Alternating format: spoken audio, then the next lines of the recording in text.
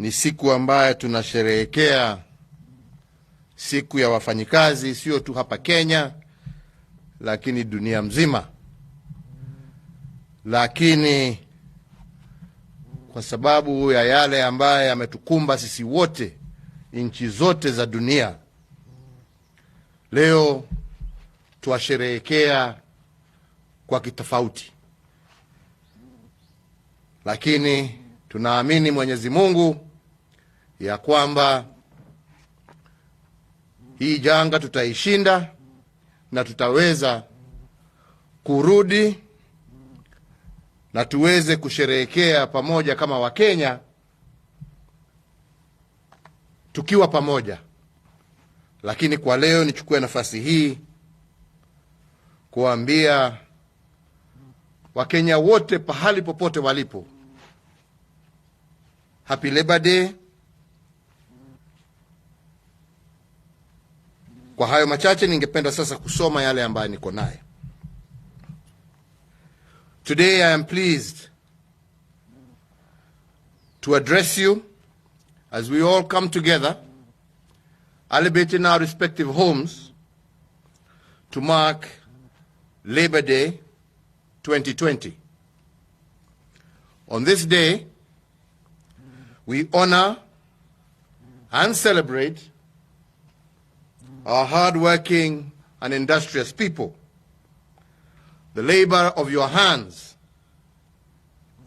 has powered our economy, defined our industries, and placed us on the continental map. Because of our workers, today we can proudly say that we are among the top 6 largest and most diversified economies in the continent, and for this we thank each and every one of you. At home, Kenya is a nation of diligent and hard-working people. From the woman in Marigiti who is up at 3 a.m. to the farmer who is up well before sunrise, Kenya is a nation of hard-working people. But that is not all. Against all odds, our health workers are giving their all, saving those affected by COVID-19, many others working against the floods and the heavy rains. But our farmers continue to toil their land and to feed their families. Across our region, our many truck drivers are working through bad weather to transport goods to our neighboring countries. And we also have those who, with selfless abandon, are standing guard to protect us. And these are our police, our security officers, our administration officers, our watchmen, all who are playing their part to keep the country healthy and to keep the country safe. Indeed, I want to thank all of you for making us a nation that embraces hard work, and this as a mark of dignity and resilience. Fellow Kenyans, turning now to our current circumstances. Today, as I said earlier, we are celebrating this Labor Day in the extraordinary settings because of coronavirus.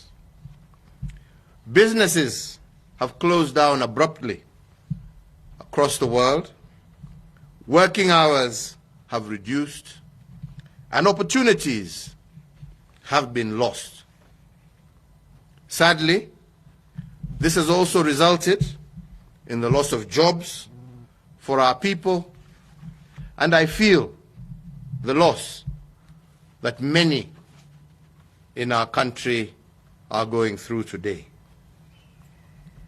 The hardest hit in our economy are workers, many of whom are in the informal sector, the self-employed, the casual laborers.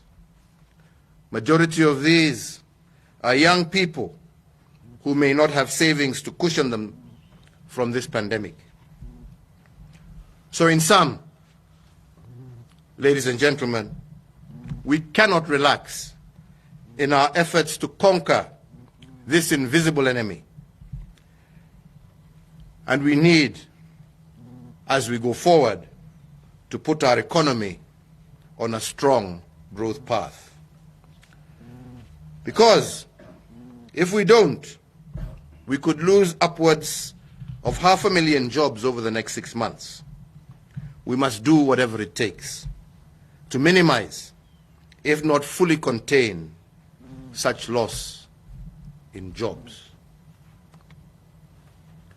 Fellow Kenyans, that is why my administration has rolled out some fiscal and monetary policy measures to cushion this situation.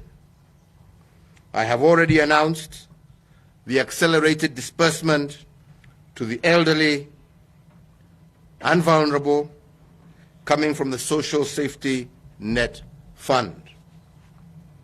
I have also announced the direct weekly cash stipends to thousands of vulnerable households in informal settlements and in fragile rural areas. And last week, I announced the Kazi Mitaani initiative, which will give unemployed young people the opportunity to earn a daily wage as they build our motherland. As a government, we are working to flatten the corona curve. But fundamentally, I want us also to work together to flatten and crush the curve of joblessness. And this, fellow Kenyans, we will do and we shall do together. Over the coming weeks, I will give some practical directions on post-COVID-19 pandemic social economic recovery strategies. And on this, we shall work together with all the leaders of our land, because this is a moment that requires each and every one of us. I want to assure the workers that we have their back, and I will do everything to protect them from the economic downturn, but also from political opportunists who feed their ambitions on the misery of workers. Fellow Kenyans, I do believe tutakomesha corona na tutatoka kwa hii janga na uchumi wetu utarudi. We shall build a greater shared prosperity that will deliver more jobs and better lives for all our people. But today I also have a request to make, not just to the labor movement, but to all Kenyans. Because I want to partner with you. I want you to partner with us as government on two principal issues. One, sometimes it takes a great crisis to create great opportunities. Our people become great because the threat of crisis did not suppress their spirits. Instead, they saw it as an opportunity to transform their economies and their livelihood. The moment we are in as workers, as a people, is a moment of crisis. We can see it as a moment of danger, or we can see it as a moment of opportunity. And I urge us all to see this as a moment that we can use to better ourselves. And I say so because an owner of an industry is nothing without those who make the industry work. The industry works because of the worker. Without the worker, that investment is nothing but dead capital. If the worker becomes the industry, economic growth is assured. But this is the opportunity I believe that the coronavirus is placing before us. An opportunity for the investor, for the worker to be one and to work together for the common good. It is inviting us all to think differently and to change our lot if we focus on the opportunity rather than the danger. If we are 47 million strong, the labor movement in Kenya must also claim their space, not as trend followers, but as trend setters. And they must use this moment, as they did in our history before, to organize themselves for the renewal of our economy. They must declare that the worker will not be organized by politicians, but by the needs that drive them. They must see the opportunity and not the danger of the moment. And my second request, if there was ever a time in our nation's history that we need to come together as Kenyans, it is now. To flatten the curve of coronavirus, to flatten the curve of joblessness in our society, we must embrace our Kenyan imperfections. And we must do so by embracing that which is Kenyan. We must buy Kenya and build Kenya. And that is how we shall survive. To rescue our tourism sector, we must commit to visit our parks and our hotels once the country opens up again. We must visit each other across the country. We must commune with our people and find ourselves in this undertaking. Let us spend our money amongst our own people so that they in turn can get to keep their jobs and feed their families. To save jobs in our manufacturing sector, we must shed some of our long-held prejudices against Kenyan-made products and embrace them. Let us buy what we make, whether it is cooking oil, soap, sufurias, spoons, bicycles, furniture, or locally assembled cars. If we buy Kenya, we will build Kenya. And Kenya is each and every one of us. This must form the baseline of our survival strategy. Let us support our textile sector. We know that a face mask from Kitui is just as good as or better than any from any other part of the world. If we can buy these face masks for our protection, why not other items of clothing? But there is also another item I want to mention here. I want to encourage our employers who insist on formal wear by their employees to ensure that those dress codes also include our own African attire.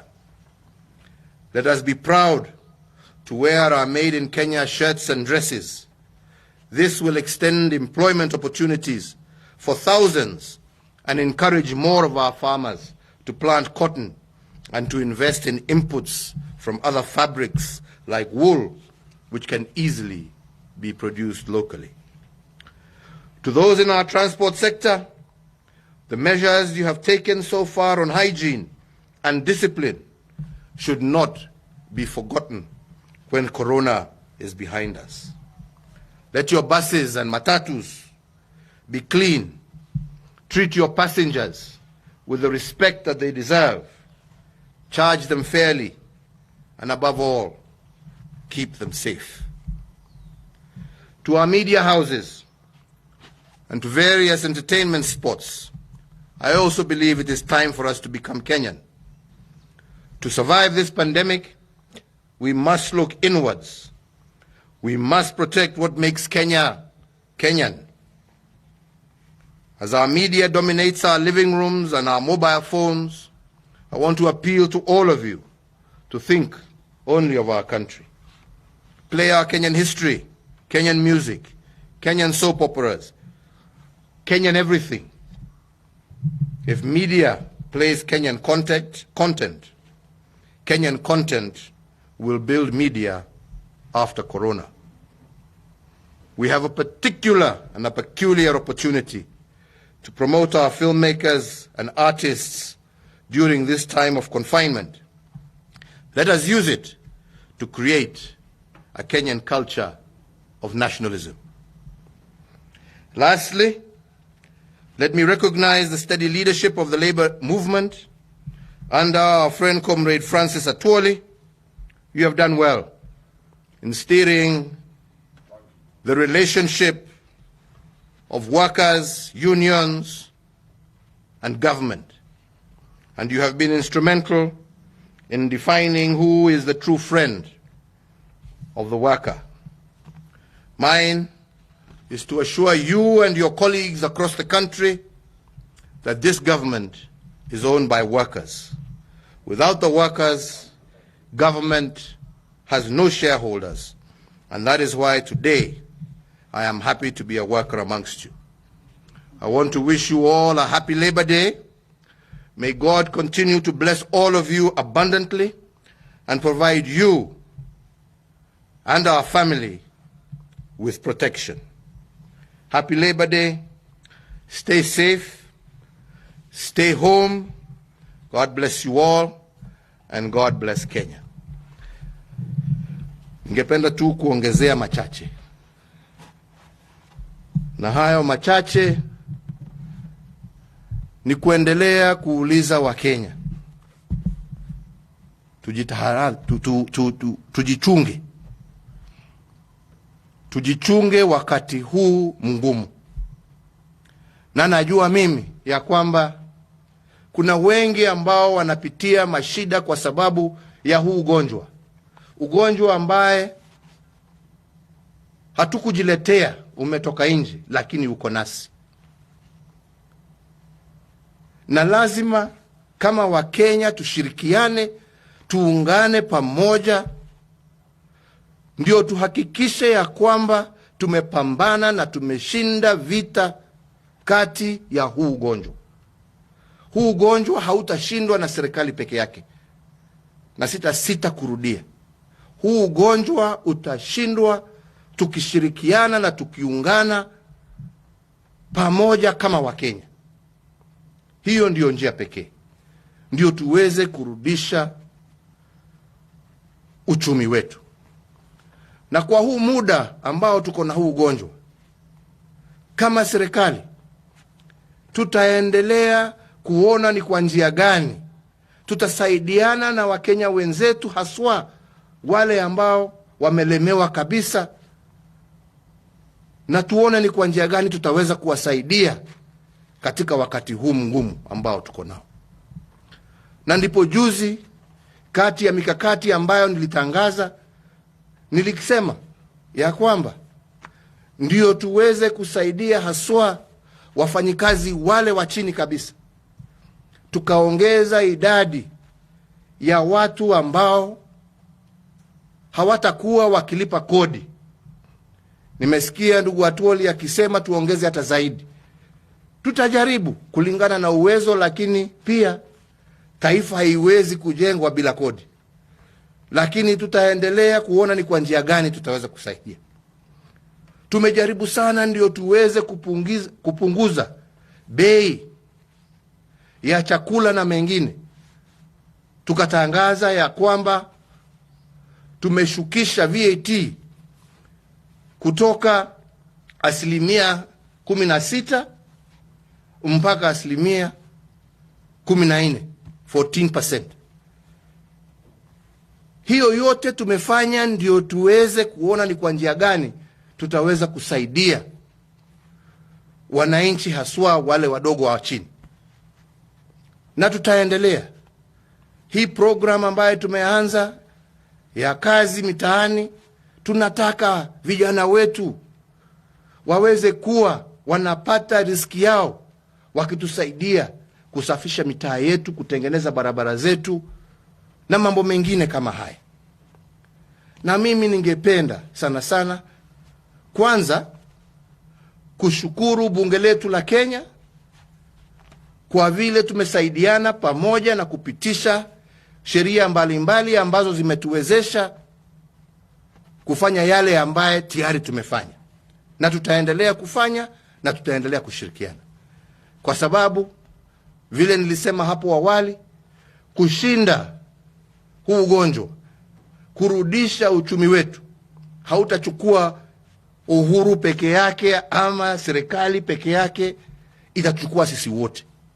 Na hivi karibuni napanga kualika viongozi wa vyama mbalimbali, viongozi wa wafanyikazi, viongozi wa employers, na wote washikadau wote, tuweze tukae pamoja na tuseme tukishamaliza kupambana na huu ugonjwa, hii uchumi yetu tutafufua namna gani, na ndio maisha ya mwananchi wa kawaida iweze kurudi pahali ambapo ilikuwa. Na hiyo itatuhitaji sisi wote. Na ndipo naendelea pia kusema tusitumie hii vita ya corona kama ni wakati wetu wa kupiga siasa duni. Unasikia huko mwingine akisema pesa ya corona haitumiwi vizuri, ingetakiwa itumiwe namna hii. Jameni, tusicheze na maisha ya Wakenya. Pesa yote ambaye imetumika kupambana na hii jangwa, wakati ukifika, it shall be audited in broad daylight. Kila shilingi, kila dururu ambaye imetumika, Wakenya waweze kujua hii pesa ilitumika kwa njia gani na kusaidia nani. We shall make it public. Hakuna kitu ambaye itafichwa. Lakini hii sio wakati ya kugombanisha.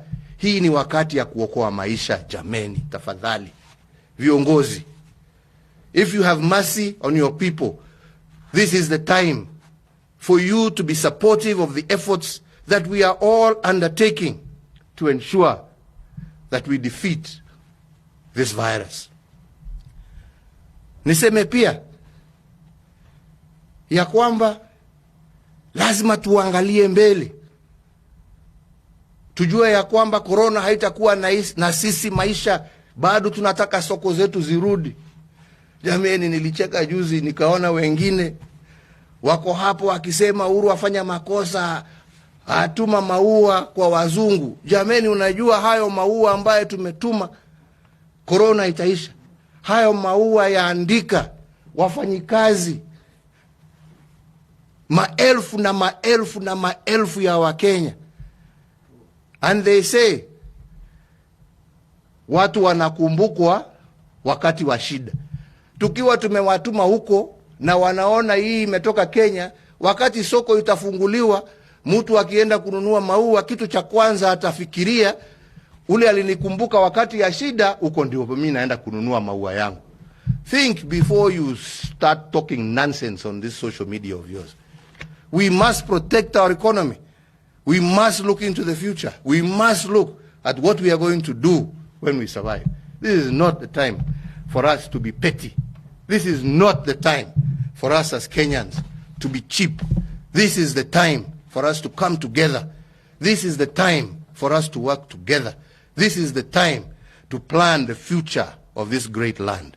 Kwa hayo machache na mengi, mimi nasema Mungu awabariki, Mungu awalinde, tukae manyumbani. Najua ni ngumu kwa wengi, lakini hii ni nafasi yetu ya kujuana tena na mabibi zetu na watoto wetu tukiwa manyumbani.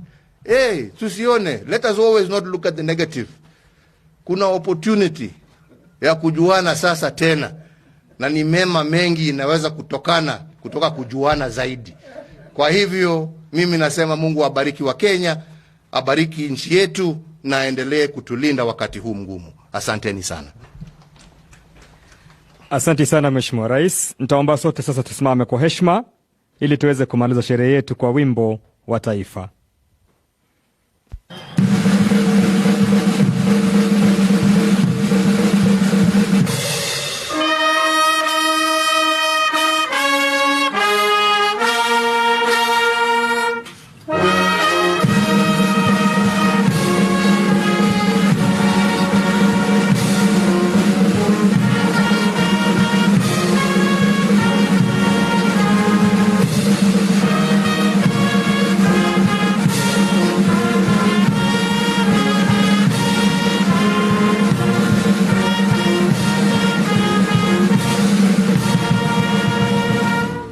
Asante sana Mheshimiwa Rais.